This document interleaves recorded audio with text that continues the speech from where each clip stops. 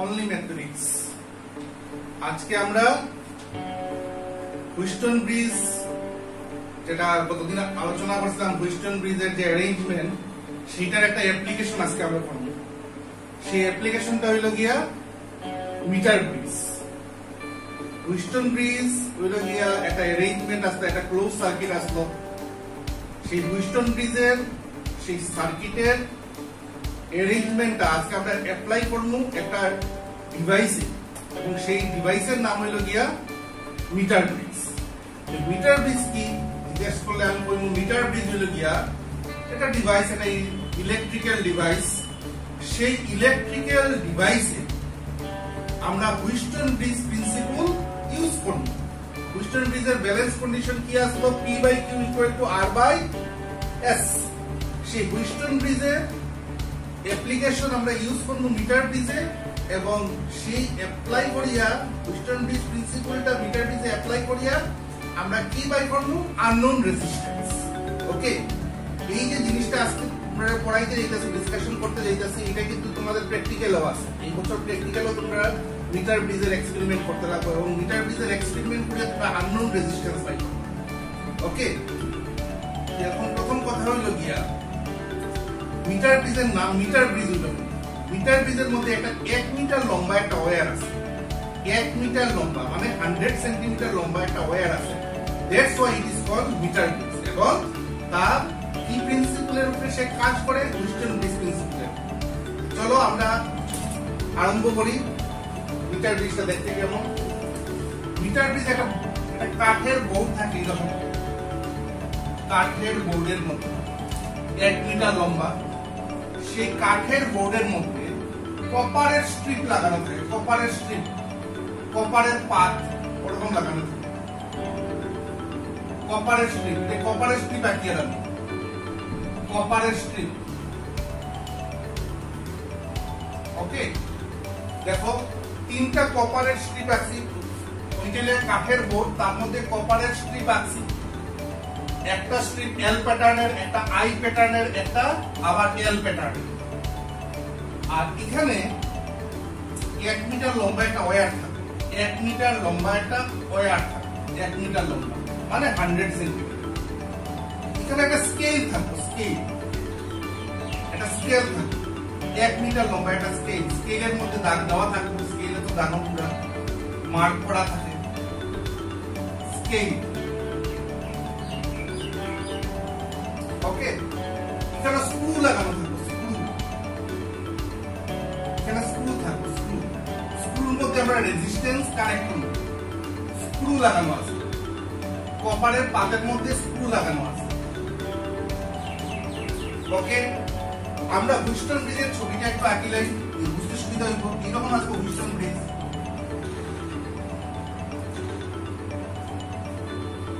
ছোট করে আঁকি।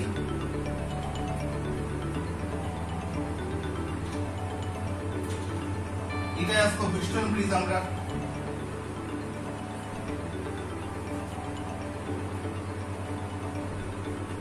এই কর্নারটারে এ কইছিলাম, এটারে বি কইছিলাম, এটারে সি, এটারে ডি। এ, বি আর ডির মধ্যে কি লাগানো হয়েছিল? গ্যালভানোমিটার।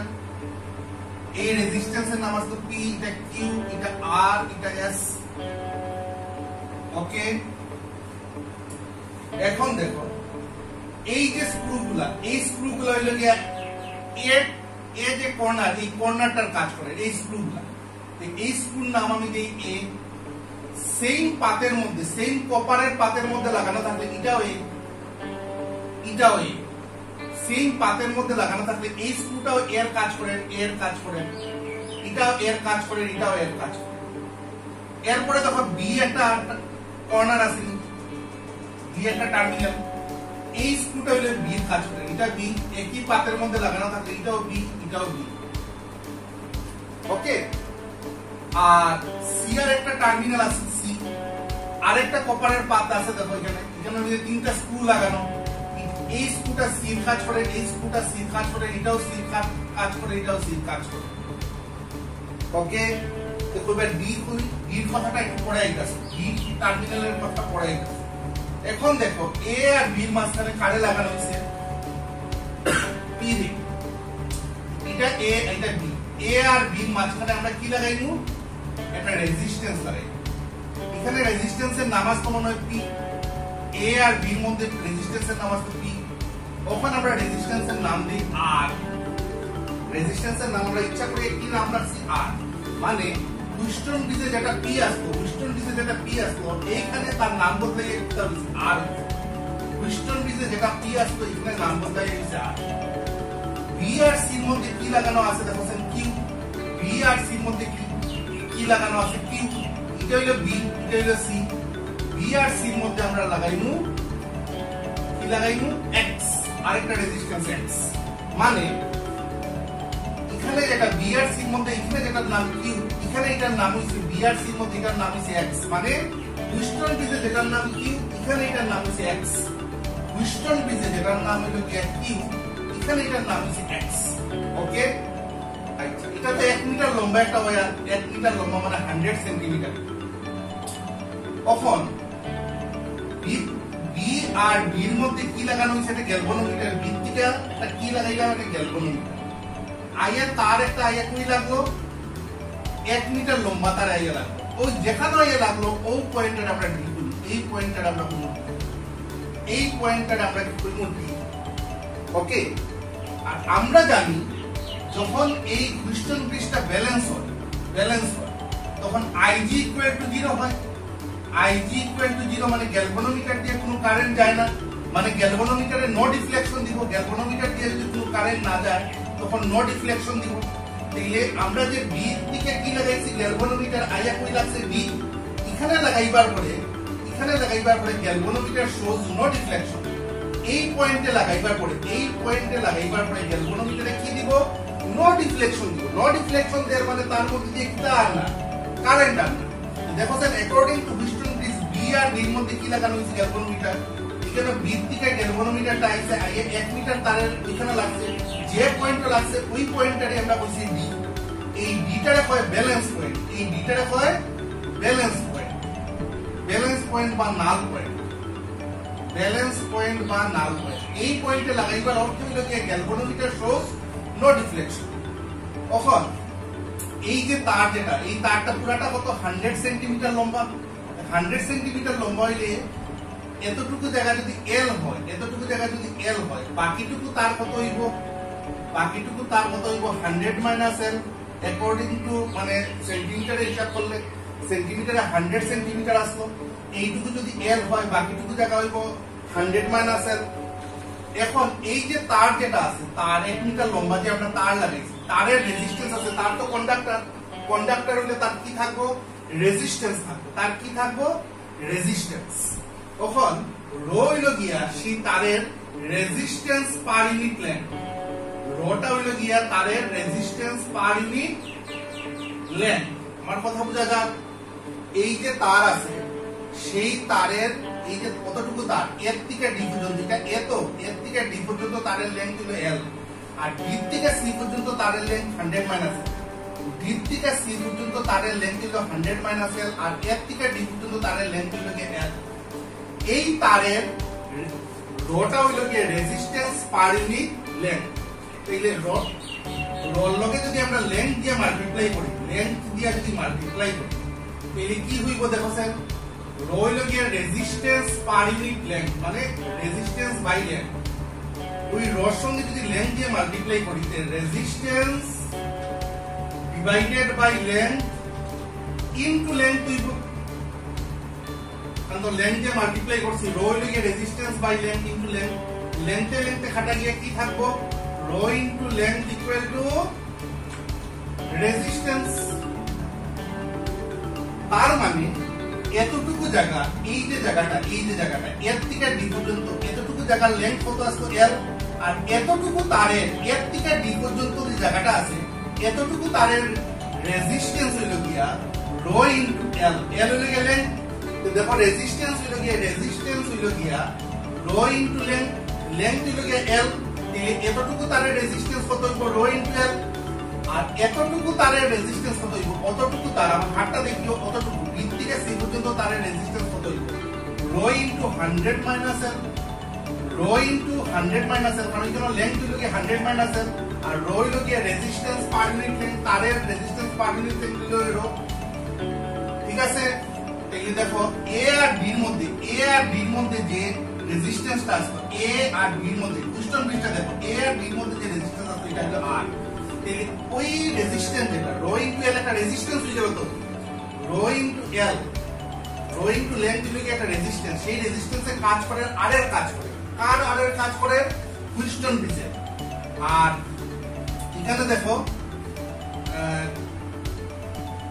এখানে হলো কি সি আছে, এখানে সি আর এখানে ডি, সি আর ডি এর মধ্যে যেটা এটা এস, এটা সি আর এটা ডি, সি আর ডি এর মধ্যে যেটা ই, তার রেজিস্ট্যান্স হলো কি এস, এস মানে হলো কি এখানে রেজিস্ট্যান্সটা কোনটা রো ইনটু 100 মাইনাস এল, রেজিস্ট্যান্স ইনটু 100 মাইনাস এল মানে আরেকটা length, resistance per unit length into length হলো কি আরেকটা রেজিস্ট্যান্স, এটা এস এর কাজ করে।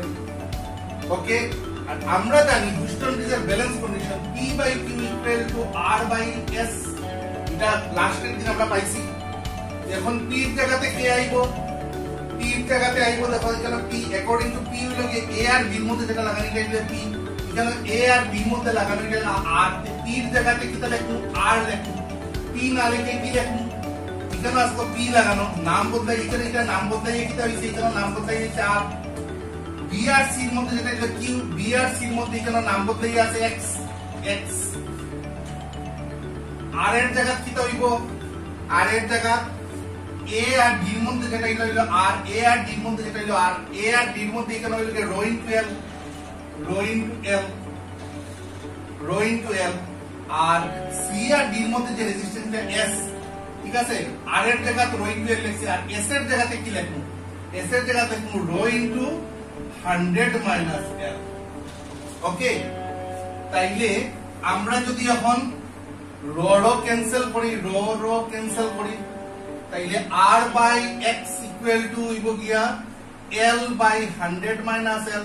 বা স্যার Lটা কেমনে মাপতাম আমরা, এখানে স্কেল লাগানো আছে, মনে করো স্কেলে এখানে পর্যন্ত 35, স্কেলে ওখান পর্যন্ত 35 দিলে এখানে হইব 65, 100 সেন্টিমিটার লম্বা নানি, এর থেকে ডি পর্যন্ত যদি 35 হয় তবে কেমনে রিডিংটা লিখবো আমরা, নিচে স্কেল লাগানো আছে, স্কেল দিয়ে রিডিং লওয়া দেখবো, এখান থেকে এখান পর্যন্ত যদি 35 হয় এখানে পর্যন্ত এখানে হইব 65, এর থেকে ডি পর্যন্ত হয় যদি 30, তো ডি থেকে সি পর্যন্ত হইব কি কত 70।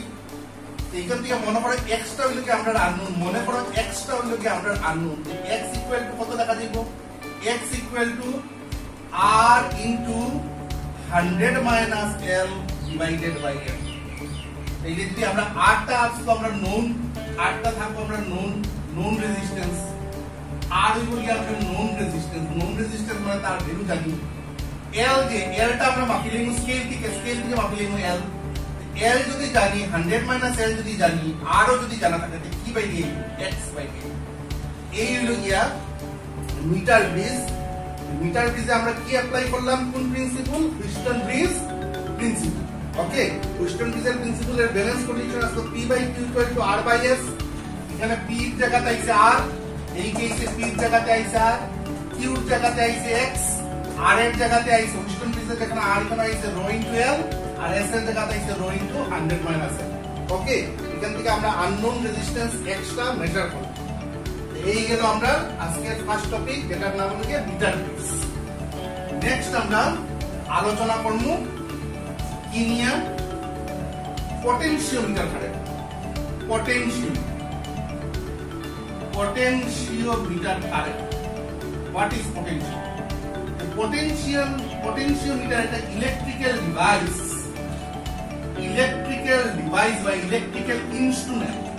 এই ইনস্ট্রুমেন্টের কাজটা কি? এই ইনস্ট্রুমেন্টের কাজ হলো গিয়া EMF মানে অরিজিনাল পোটেনশিয়াল ডিফারেন্স, EMF মানে অরিজিনাল পোটেনশিয়াল ডিফারেন্স, আর টার্মিনাল পোটেনশিয়াল ডিফারেন্স। মনে আছে তো টার্মিনাল পোটেনশিয়াল ডিফারেন্স কারে হয়? যখন ক্লোজ সার্কিটে পোটেনশিয়াল ডিফারেন্স হয়, ক্লোজ সার্কিটে পোটেনশিয়াল ডিফারেন্স আমরা বলি টার্মিনাল পোটেনশিয়াল ডিফারেন্স, আর ওপেন সার্কিটের পোটেনশিয়াল ডিফারেন্স হয় EMF। পটেনশিওমিটার হলো কি একটা ইলেকট্রিক্যাল ডিভাইস, সেই ডিভাইসে EMF ও মাপতে পারে আর টার্মিনাল পোটেনশিয়াল ডিফারেন্স ও মাপতে পারে। কি মাপতে পারে? EMF ও মাপতে পারে আর টার্মিনাল পোটেনশিয়াল ডিফারেন্স ও মাপতে পারে। ক্লিয়ার? এই হলো গিয়া তার কাজ পটেনশিওমিটার। ওখানে হলো গিয়া তোমরা জিজ্ঞেস করো স্যার ভোল্ট মিটার তার একটা যন্ত্র আছে, ভোল্ট মিটার। এটা দিয়েও তো আমরা পটেনশিয়াল ডিফারেন্স মাপতে পারি। হ্যাঁ, ভোল্ট মিটার দিয়ে আমরা পটেনশিয়াল ডিফারেন্স মাপতে পারি, কিন্তু শুধুমাত্র টার্মিনাল পটেনশিয়াল ডিফারেন্স মাপতে পারি। টার্মিনাল পটেনশিয়াল ডিফারেন্স মাপা যায়, ইএমএফ মাপা যায় না। ইএমএফ মাপতে পারি না এটা দিয়া ভোল্ট মিটার দিয়ে। ভোল্ট মিটার দিয়ে ইএমএফ মাপা যায় না। কেন যায় না? কারণ মনে করো একটা সেল লইলাম, সেল ড্রাই সেল একটা লইলাম, তার ইএমএফ মনে করো মাপতে পারবো। ইএমএফ মাপতে গেলে আমরা কি লাগাইলাম? ভোল্ট মিটার লাগাইলাম, ভোল্ট মিটার। ভোল্ট মিটার দিয়ে তার ইএমএফ মাপতে গেলাম। কিন্তু এই ভোল্ট মিটার যখন লাগাইলাম, ভোল্ট মিটার চলতে গেলে কি লাগে? একটা কারেন্ট লাগে। ভোল্ট মিটার চলতে গেলে কি লাগে? কারেন্ট লাগে। সেই কারেন্টটা সে কোথা থেকে লইল? সেল থেকে লইল। যেই মাত্র সেল থেকে, এই সেল যেটা, সেল থেকে কারেন্ট লইব কে? Volt meter. ভোল্ট মিটার চলতে গেলে, নিজের চলতে গেলে কি লাগে? কারেন্ট লাগে। আর সেই কারেন্টটা সে কোথা থেকে লইল? সে লইল হলো গিয়া সেল থেকে। আর যেই মুহূর্তে সেল থেকে সে লইল, লগে লগে কি মাপতে পারবো? সে লগে লগে জিনিসটা ক্লোজ সার্কিট হয়ে গেল। কারেন্ট লড তো হ্যাঁ, কারেন্ট লড, সেল থেকে কারেন্ট লড, কারেন্ট লওয়ার লগে লগে এটা ক্লোজ সার্কিট হয়ে গেল। আর ক্লোজ সার্কিট হইলে ভোল্ট মিটারে শুধুমাত্র কিটা মাপতে পারবো? Terminal potential difference. কিন্তু পটেনশিওমিটারে টার্মিনাল পটেনশিয়াল ডিফারেন্স ছাড়াও কিটা মাপতে পারি? ইএমএফ। খুব এখানে স্যার, পটেনশিওমিটার চলতে গেলে কি কারেন্ট লাগে না? লাগে। পটেনশিওমিটার চলতে গেলেও কি লাগে? কারেন্ট লাগে। কিন্তু পটেনশিওমিটারের কারেন্ট সাপ্লাই করে অন্য আরেকটা ব্যাটারি, অন্য আরেকটা ব্যাটারি, যেটার পটেনশিয়াল মাপতে হয়, যেটার ইএমএফ বা টার্মিনাল পটেনশিয়াল ডিফারেন্স মাপতে, তার থেকে সে কিটা লয় না, কারেন্ট লয় না। আমার কথা মন দিয়ে শুনিও, যার টিকা যার পটেনশিয়াল ডিফারেন্স বা ইএমএফ মাপা হইতো, তার টিকা কারেন্ট লয় না কে? পটেনশিওমিটার। পটেনশিওমিটারে যারে মেজার করতো, যার ইএমএফ বা টার্মিনাল পটেনশিয়াল ডিফারেন্স মেজার করতো, তার টিকা লয় না। এর চালানির লিগা, পটেনশিওমিটারের চালানির লিগা অন্য আরেকটা ব্যাটারি আছে, সেই ব্যাটারি চালায়।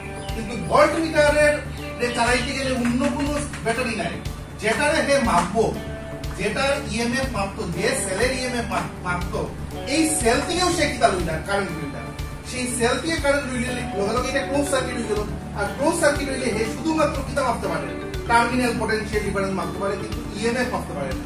whereas পটেনশিওমিটার হইল কি একটা ডিভাইস, সেই ডিভাইসে যখন আমরা কানেক্ট করব একটা সেলের লগে, তখন যে সেলের লগে কানেক্ট করা হয়েছে সেই সেল থেকে সে কিতা লইতো না, সেই সেল থেকে সে কারেন্ট লইতো না। তারে চালানোর লিগা একটা অক্সিলারি সেল থাকে, অক্সিলারি সেল, সেই অক্সিলারি সেলে তারে চালায়, পটেনশিওমিটারে চালায়। মানে যে সেলরে সে মাপতো, সেই সেল থেকে সে কারেন্ট লইতো না। তার মানে একটা সেলের ইএমএফ বা টার্মিনাল পটেনশিয়াল ডিফারেন্স দুইটাই মাপতে পারে কে? পটেনশিওমিটার। ওকে, এখন কথা হলো যে পটেনশিওমিটারের দেখতে কিরকম। পটেনশিওমিটারও একটা কাঠের বেইজের মধ্যে থাকে, কাঠের একটা বেইজ থাকে, কাঠের তক্তার মতো থাকে, তার মধ্যে 10টা তার থাকে, 10টা তার। যেমন মিটার ব্রিজে আসবে একটা তার, একটা 1 মিটার লম্বা, একটা তারই আসবে 1 মিটার লম্বা। পটেনশিওমিটারে এরকম 1 মিটার লম্বা 10টা তার থাকবে, 10টা তার। আর সবগুলা দেখতে প্যারালাল লাগে, দেখতে প্যারালাল লাগে, কিন্তু সবগুলা সিরিজে কানেক্ট। সবগুলা তার কিরকম কানেক্ট? সিরিজে কানেক্ট। দেখতে কিরকম লাগে? দেখতে লাগে তারগুলা সব প্যারালাল, দেখতে লাগে তারগুলা সব প্যারালাল, কিন্তু সবগুলা তার সিরিজে লাগানো। সিরিজে লাগানো মানে সবগুলা তারের মধ্যে দিয়ে সেম কারেন্ট ফ্লো করবে, সবগুলা তারের মধ্যে দিয়ে সেম কারেন্ট ফ্লো করবে। আর সবগুলা তারের মধ্যে দিয়ে যদি সেম কারেন্ট ফ্লো করে, তাই এখানে আমরা কি করবো? Series connection. দেখতে লাগে কি যখন এই তারগুলা দেখতে লাগে প্যারালাল, কিন্তু প্রত্যেকটা তার সিরিজে লাগানো। সিরিজে লাগাইলে সবগুলা তারের মধ্যে দিয়ে সেম কারেন্ট ফ্লো করবে। ওকে, তাইলে পটেনশিওমিটার একটা ডিভাইস, ইলেকট্রিক্যাল ডিভাইস, সে কি মাপে? ইএমএফ মাপতে পারে, একটা সেলের ইএমএফ মাপতে পারে বা টার্মিনাল পটেনশিয়াল ডিফারেন্স মাপতে পারে।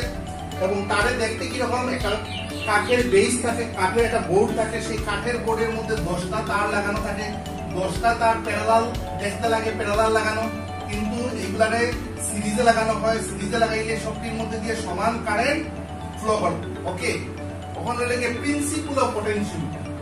নেক্সট হইলে কি? পটেনশিওমিটারের লগে কি আইব? Principle of potentiometer. Principle of potentiometer এটা কিটা? প্রিন্সিপল অফ পটেনশিওমিটারটা কিটা?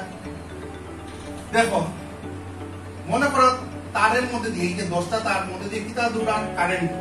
ওকে, সবটির মধ্যে দিয়ে সেম কারেন্ট ফ্লো করব, কারণ সবগুলা তার দেখতে যদিও লাগে প্যারালাল কিন্তু সিরিজে লাগানো, এই সবগুলোর মধ্যে দিয়ে যদি সেম কারেন্ট ফ্লো করে তাইলে, আর তারগুলা কিটা, তারগুলা হইলো কন্ডাক্টর, তারগুলা কিটা কন্ডাক্টর, আর যত তার লম্বা লেংথ আমরা লইমু, এই তারের যতটুকু লম্বা লেংথ লইমু আমরা, মনে করো ওখান পর্যন্ত লইলাম, ওখান পর্যন্ত লইলে কতখানি হইব 100 সেন্টিমিটার, ওখান পর্যন্ত লইলে কত হইব, আমার হাতটা দেখো, ওখান থেকে ওখান পর্যন্ত লইলে কতখানি হইব 100 সেন্টিমিটার, ওইখান থেকে এখান পর্যন্ত লইলে কতখানি হইব 200 সেন্টিমিটার। তার মানে যত বেশি লেংথ আমরা লইমু, যত বেশি লেংথ লইমু তত কিতা বাইরিব, পটেনশিয়াল ডিফারেন্স বাড়বো। তোরা কেন পটেনশিয়াল ডিফারেন্স বাড়বো? কারণ আমরা জানি length resistance directly proportional to length, resistance directly proportional to length আমরা পাইছি। যত লেংথ বাড়বো ওখান পর্যন্ত যদি আইকে কত হইব, এটা হইলো 100 সেন্টিমিটার, ও তার 100 সেন্টিমিটার, ও তার 100 সেন্টিমিটার, 300 সেন্টিমিটার হইব, এখান থেকে এখান পর্যন্ত লইলে 300 সেন্টিমিটার হইব। তাইলে যত আমরা আগাইমু তত লেংথ বাড়বো, আর লেংথ যত বাড়বো, এইগুলা তার তো কন্ডাক্টর, কন্ডাক্টর হইলে তার রেজিস্ট্যান্স আছে, লেংথ বাড়লে রেজিস্ট্যান্স বাড়বো। আরেকটা জিনিস আমরা জানি যে কারেন্ট যদি কনস্ট্যান্ট থাকে, সবটার মধ্যে দিয়ে সেম কারেন্ট ফ্লো করে, ওহমস ল মতে V equal to IR, current সবটার মধ্যে দিয়ে যদি same current flow, same current কেনে ফ্লো করে স্যার সবটির মধ্যে সিরিজে লাগানো থাকলে সবটির মধ্যে দিয়ে সেম কারেন্ট ফ্লো করে, তাইলে আমরা V প্রপোর্শনাল R লিখতে পারি, কারেন্ট তো সবের মধ্যে দিয়ে সমান যায়, তাইলে এটারে 1 নম্বর ইকুয়েশন দিলাম, এটারে 2 নম্বর ইকুয়েশন দিলাম, এই দুইটা ইকুয়েশনটা যদি আমরা কম্বাইন করি তাহলে লিখতে পারি L proportional V, L proportional V, কারণ দুইটার মধ্যে কমন যে R কমন, তাহলে L proportional V। This is the principle of potentiometer, মানে এই তারের লেংথ যত বাড়বো পোটেনশিয়াল ডিফারেন্স তত বাড়বে। This is the principle of potentiometer. এটা বুঝা গেছে নি? আমরা রেজিস্টিভিটি সময় পাইছি একটা কন্ডাক্টরের লেংথ, তার তো কন্ডাক্টর, কন্ডাক্টরের লেংথ যত বাড়বো রেজিস্ট্যান্স তত বাড়বো, কন্ডাক্টরের লেংথ যত বাড়বো রেজিস্ট্যান্স বাড়বো, মানে resistance directly proportional to length. আর Ohm's law V equal to IR, আর I তো সবের মধ্যে দিয়ে সেম I যার, সেম I গেলে I কনস্ট্যান্ট, I কনস্ট্যান্ট আর ইকুয়াল সাইন করলে V প্রপোর্শনাল R, তাহলে এই দুইটা 1 আর 2 যদি কম্বাইন করি তাহলে লেখা যাবে L প্রপোর্শনাল V।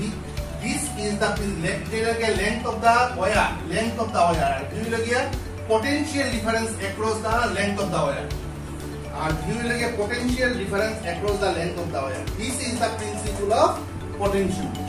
ওকে, আজকে আমরা এতখানি পর্যন্তই থাকবো। নেক্সট দিন আমরা পোটেনশিওমিটারের অন্যান্য যেগুলো অ্যাপ্লিকেশন আছে সেগুলো নিয়ে ডিসকাস